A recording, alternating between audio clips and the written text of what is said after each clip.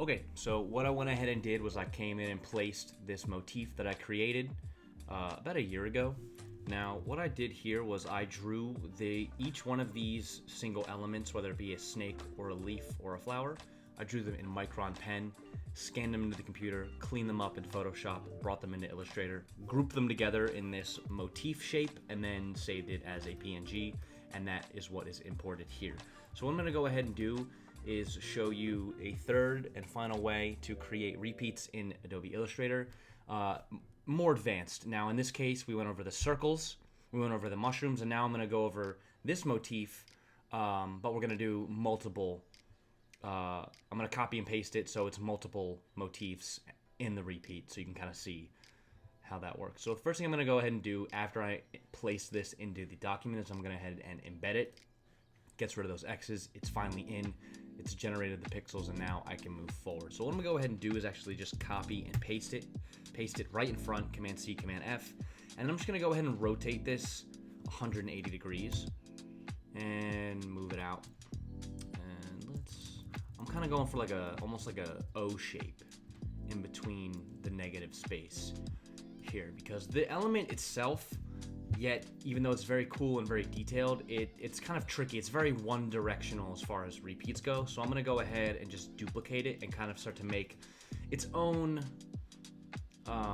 shape in terms of like it's kind of breaking the lines a little bit and kind of going out and spreading its arms, if you will, because sometimes in repeats you don't want them to be as simple as just like a polka dot. You want them to start kind of reaching out, and you kind of get lost in where the repeat actually is. So in this case, it'll still be pretty uniform, but it'll just be a little bit more interesting with this copied and flipped. So that looks pretty good. So let's go ahead and select everything, object, pattern, make, go ahead and make this. So what I'm gonna go ahead and do is actually make the blue box we have just a little smaller. Let's make it 6 by 6. Bring everything a little closer together. Okay. So what I'm gonna go ahead and do is just play around, see what works, see what doesn't. Maybe rotate some things. Sometimes it gets a little messy, but that's okay.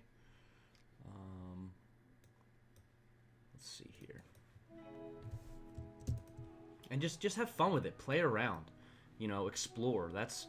I gotta tell you, the times where I've just kind of let go and just messed around, kind of flowed with it, are the times when you saw in the last clip where I was just messing around. I made that really, really cool mushroom repeat that I'll probably end up using. So that's just the importance of messing around and exploring and, trying things out, because you might surprise yourself. That looks pretty cool. So let's, oops. What's going on? What just happened? Sometimes if you double click out of it, it kind of goes back to the main document, so you just gotta redo it, which is no big deal. Sometimes happens for a reason, right? So let's actually...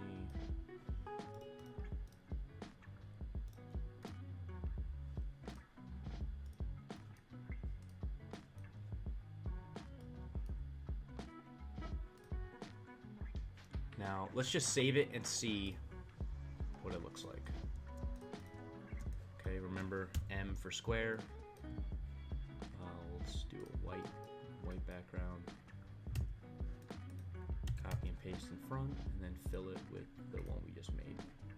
And then come over with that one selected. Double click, uncheck transform objects. You just want to transform the pattern, and let's make it 50%. Get a good idea. Okay, so not really successful. It's got this weird vertical line in it that's really obvious. It kind of throws your eyes off, and then a diagonal here. So let's go back and keep messing with it. So this is good. We're making progress. You're seeing how actual designers go about creating successful repeats. So let's go ahead and actually... You don't want to create like obvious lines. That's like a good, that's how you know you have a nice successful repeat, is where there's not really any obvious lines within it. So let's go ahead and make this square smaller. a little bit more intimate. Bring things a little closer together. There we go. See, that's now it's coming together. So again, I can still kind of see some lines in here. So what I'm gonna do to fix that is just select both of these and just kind of rotate them. Let's see, I can still see some lines, but it's such a small thumbnail that we'll have to go ahead and see. You know, very, very rarely do you get it on the first try, and that's okay, because that's how you learn.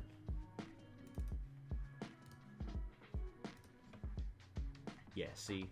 Yeah, that's cool. That maybe would be like if you're trying to make a repeat with stripes, this could be, you could stop here if you want. But let's see. So let's actually go ahead and make it even smaller. Let's make it 25%. So yeah, like, okay, if you were maybe having like some wallpaper you wanted to make, it's very uniform. It's a lot of, you can see the lines in it. Now, I am not super crazy about it. It does look pretty cool. So I'm going to go ahead and just keep going and see if I could make something a little bit more successful. So this guy can go away. Let's keep trying.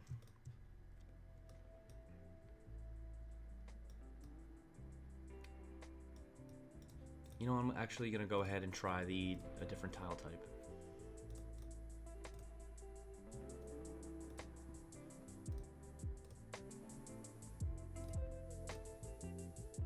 Actually, no, let's use what we were using. I think it was it grid? No, it was brick by column. And I'm actually going to throw it off a little, and actually I'm going to place another element. So you can see I already have, I already made repeats with all this other stuff from the past, but I just wanted to come in and try to recreate something, or even make something new. You know, it's fun visiting old projects and coming back. So these are all the things that I had created and drawn, and I just brought into the computer, cleaned up, and digitized, if you will. So let's add something to make this a little bit more interesting. Let's add this little guy. So I'm just gonna click and drag. I'm gonna come over and embed it. So hopefully using another element will kind of throw off any maybe lines we have, any directional type things. This will kind of throw it off and really help bring it all together.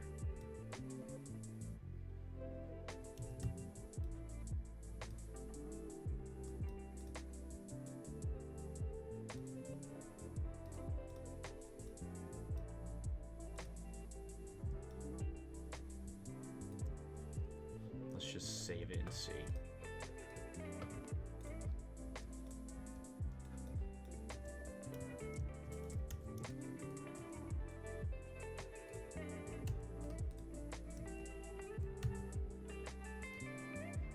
Taste and learn, taste and learn. That's how we get better. Okay, a little better. You can still see the straight lines, but it's getting a little better. So let's keep it going. Maybe this can be the final try. So what I keep seeing is these vertical lines, and the best way to adjust that is just to maybe rotate the motifs a little bit. Maybe make everything a little smaller.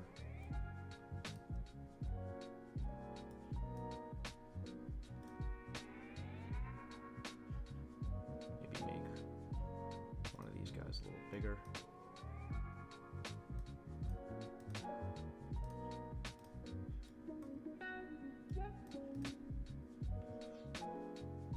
Where's this empty space? Where's this empty space at?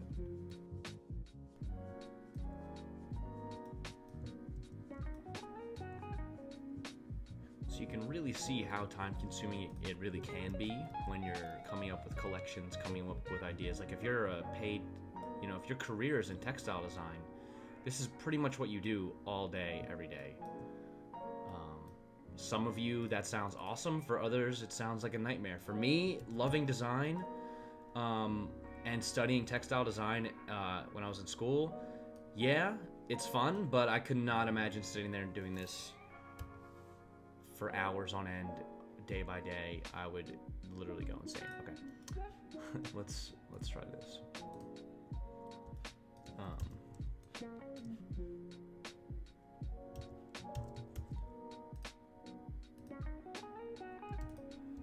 Okay, getting there. Still got those lines, man. It looks pretty cool though. Or wait, no, because it's this one. There we go. So yeah, there we go. It's getting better.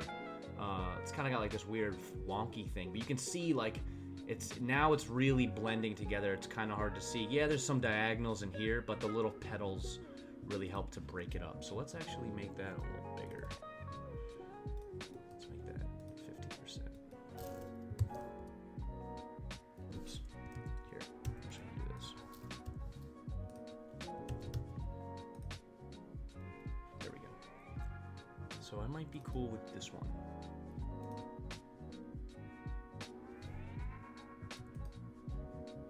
Yeah, that might be pretty successful. And then you can kind of play around with it. Change the background, color.